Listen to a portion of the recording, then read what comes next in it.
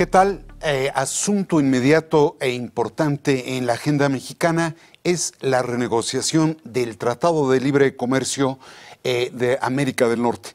En el ánimo de explorar las expectativas e incluso las dificultades, Grupo Reforma tiene hoy en el estudio a Ildefonso Guajardo. Su presentación sobra es el secretario de Economía con una muy larga experiencia en la negociación de tratados.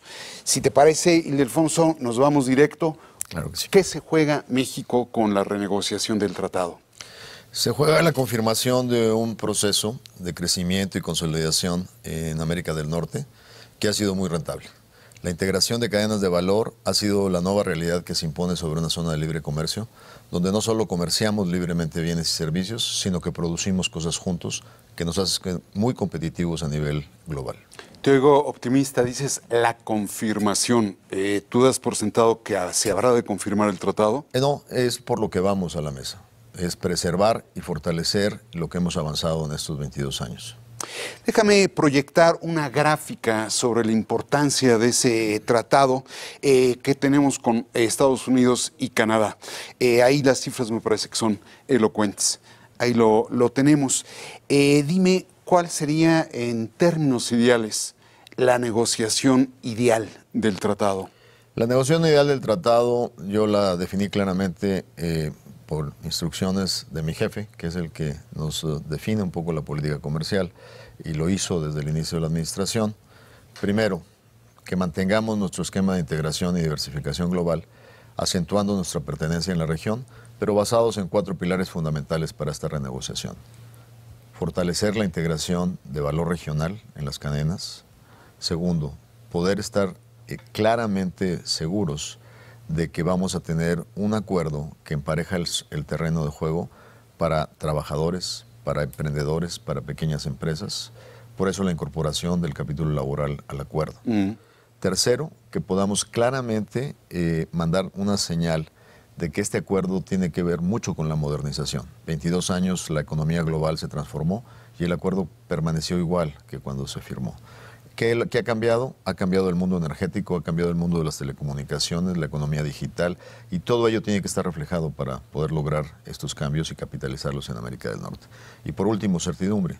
Un acuerdo no es solo comerciar bienes y servicios, es dar certidumbre a inversionistas sobre el futuro, certidumbre en cómo vas a resolver controversias, certidumbre en cómo vas a determinar tus elementos sanitarios para comercialización de bienes agrícolas y la facilitación de los mismos.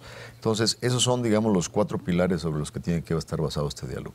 Caso contrario, ¿qué nos haría levantarnos de la mesa? Tú ya hablaste, ahorita tocaste uno de los puntos ríspidos o difíciles de la negociación, mecanismos de solución de controversias. ¿Qué nos haría levantar de la mesa? Mira, desde el mes de enero, que recibimos instrucciones claras del presidente, quedó perfectamente establecido que lo que sería totalmente inaceptable de arranque es reflejar en esta renegociación pues parte de aquel discurso que oíamos en campaña y que oímos al inicio de la administración en Washington, que es introducir aranceles inexistentes hoy en la relación México, Estados Unidos y Canadá. Se hablaba, les voy a poner un arancel del 35% y esas cosas. Bueno, dijimos, este acuerdo no debe ser hacia ir al pasado, establecer cuotas que administren el comercio o aranceles.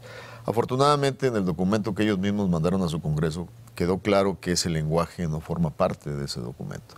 Hay temas, como tú bien lo describes, que están en el lenguaje y que van a ser motivo de una gran discusión en la negociación, como la eliminación del capítulo 19, por ejemplo, como esta obsesión de cómo eliminar los déficits comerciales existentes, independientemente del debate sobre qué significa económicamente un déficit comercial. Entonces, esos sí van a ser temas no fáciles, que tenemos que analizar y ver cómo podemos solucionar, pero de entrada ya vamos en una discusión que no está hablando ni de reintroducir aranceles ni de poner comercio administrado. Alguien podría decir, bueno, entonces, ¿cómo vas a resolver el problema del déficit que tiene Estados Unidos con México? También lo he sido muy claro y se lo he dicho a mis colegas en Washington.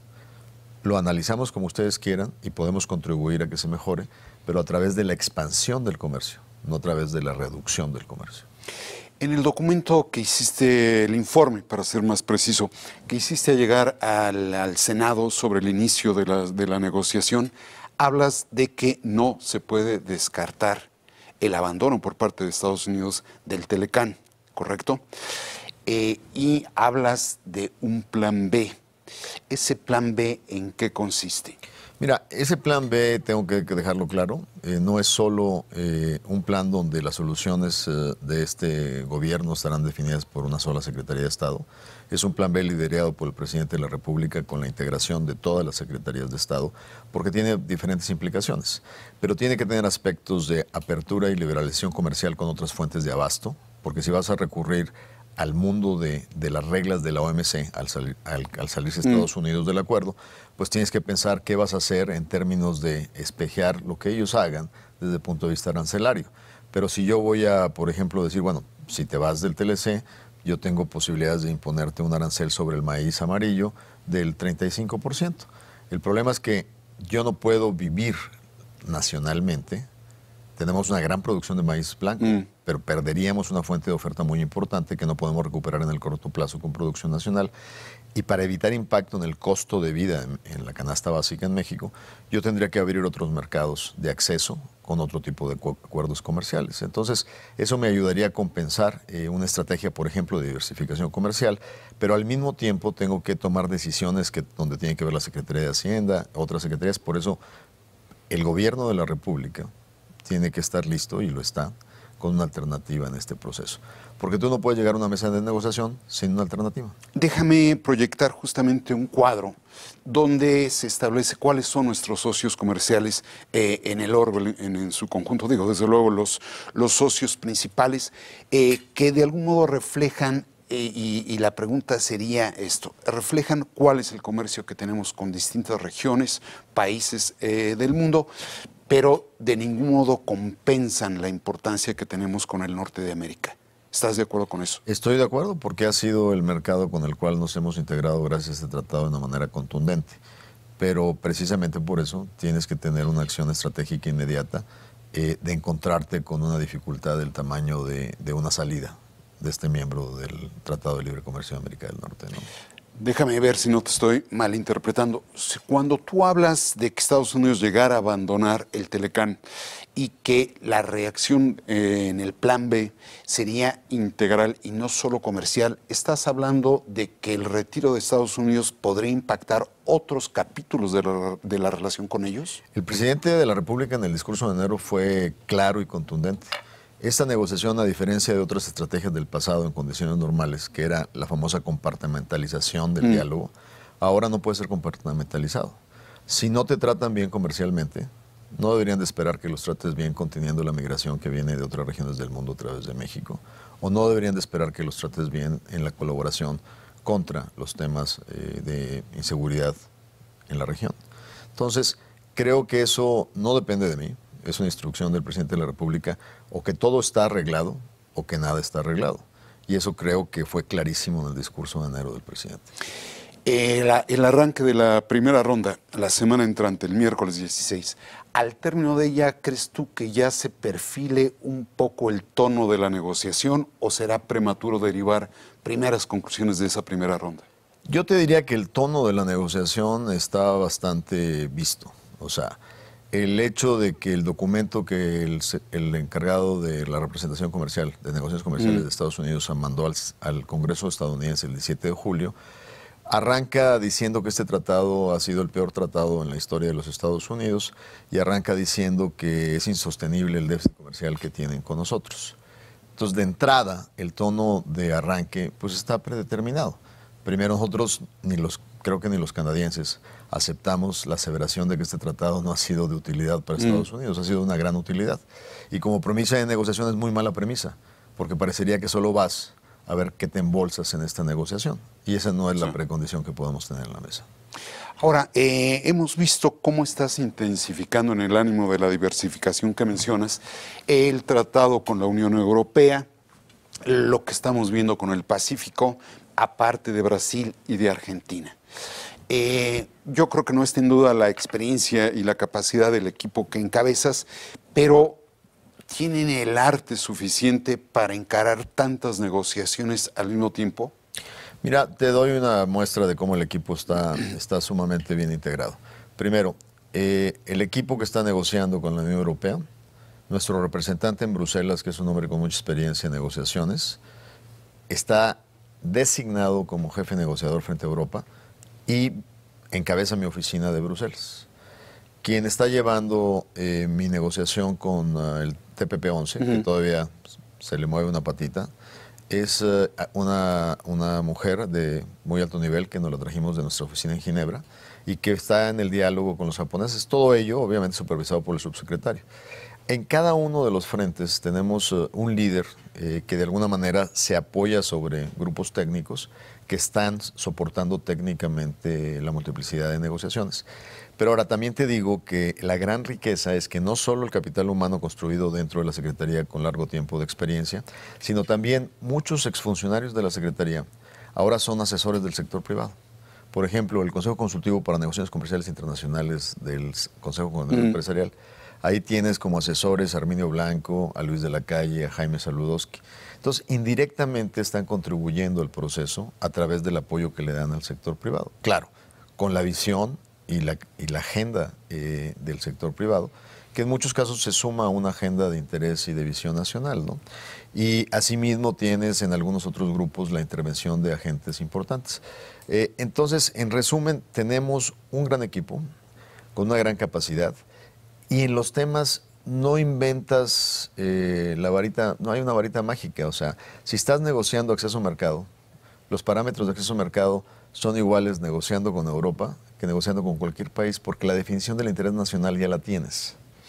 Dirías, en un ánimo autocrítico, que nos dormimos como país en nuestros laureles con el Telecán.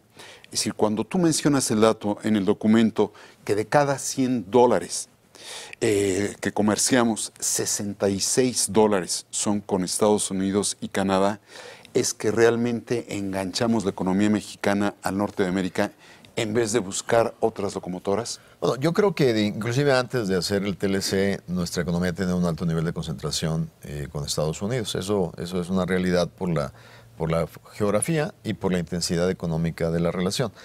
Y sí, yo lo he declarado, que en estos 22 años fue tan cómodo profundizar este acceso al mercado que no despertamos frente a nuevas oportunidades. Entonces, si puedo vender todos los tomates que produzco simplemente aquí arriba, ¿por qué voy a ir hasta Japón o China a ver si puedo vender tomates, ¿no? Entonces, sí hay un tema donde creímos que el escenario se iba a mantener igual por siempre. Y hay otro elemento fundamental en este tema de la competitividad interna. La competitividad interna es un factor fundamental que tenemos que seguir fortaleciendo para seguir siendo atractivos en el comercio internacional.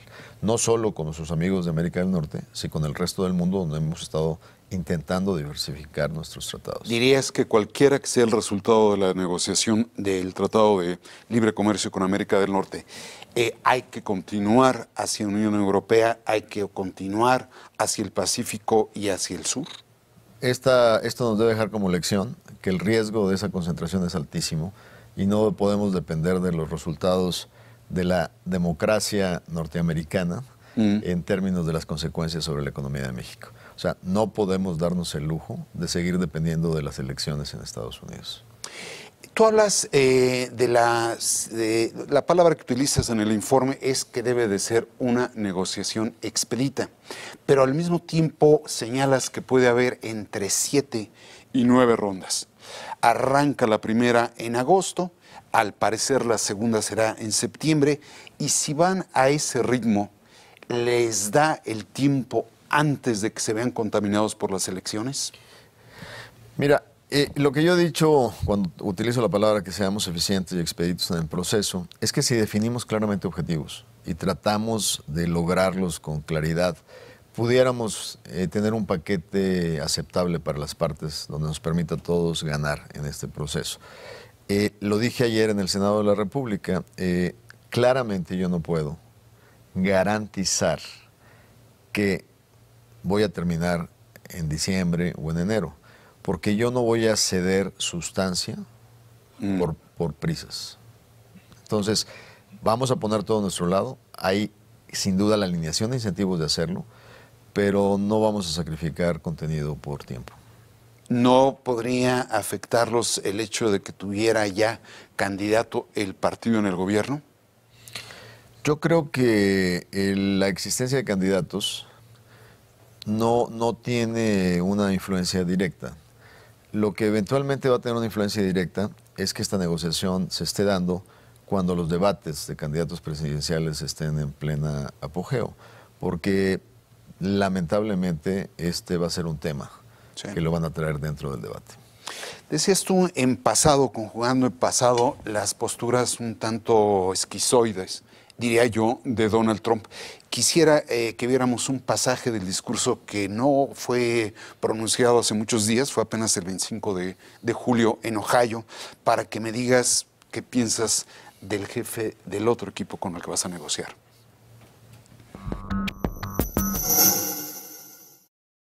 We're renegotiating NAFTA, and if we don't get the deal we want, we'll terminate NAFTA. NAFTA has been a disaster for Youngstown. It's been a disaster for Ohio. And people are coming back. If you look at Ohio, but if you look at Michigan and other places, auto industry is starting to come back in a very, very big way. Decías que algo que debe dar el tratado es certidumbre. Algo que no da este hombre es certidumbre, da incertidumbre. ¿Cuál es tu opinión del hecho de tratar con un equipo que a lo mejor es tan avesado y experimentado como el tuyo, pero que tiene por jefe un hombre esquizofrénico? Bueno, mira, yo creo que para estas alturas del partido debemos estar acostumbrados a lo que fue el discurso de campaña de este candidato y que hoy también creo que queda claro por qué lo sigue utilizando con el nivel de estridencia que lo utiliza. Porque al estar básicamente atrincherado en su base de apoyo, que no ha cambiado, y que ese es lo que lo mantiene, digamos, políticamente fuerte, pues él no va a variar su esquema discursivo. Él se va a mantener sobre su mismo esquema discursivo. Ahora, ¿qué implicaciones tiene esto sobre la mesa de negociación? Pues es esta amenaza latente y permanente de que si no tengo el deal, como dice, ¿no? Con el acuerdo que quiero, saco a Estados Unidos del NAFTA.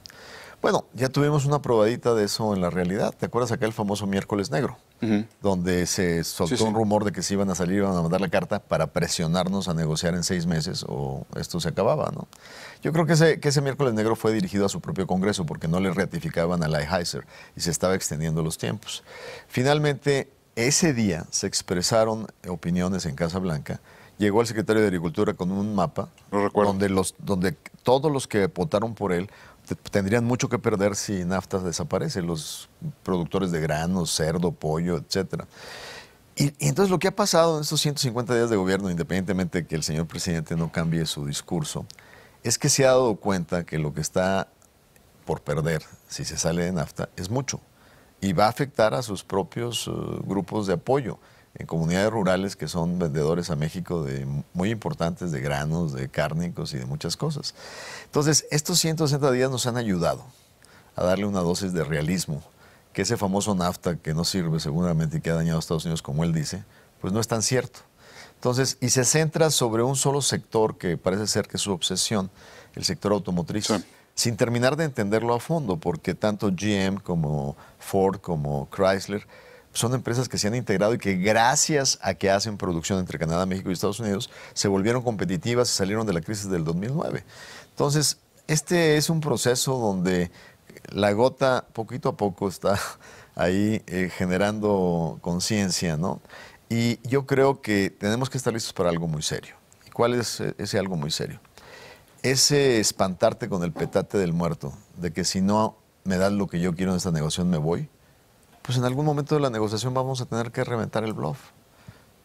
Porque si yo voy con esa actitud de la negociación de que creyéndole esa expresión, sí, pues nada más voy con una libreta a tomar nota, a ver qué quieres, como si fuera una comanda y yo soy un mesero, ¿no? Pues no se puede ir a una negociación así. Entonces tenemos que tener claridad de que si hay intrascendencias que pretenden dañar lo que hemos construido en 20 y tantos años, pues hay que tomar la determinación de cuándo es suficiente como para decirle, a ver, si te vas a salir, ya, de una vez. De una vez. ¿No? Porque de otra manera no hay negociación. Muy bien. Ojalá tengamos oportunidad, Ildefonso, de ir analizando cada una de las distintas rondas aquí en este foro de Grupo Reforma.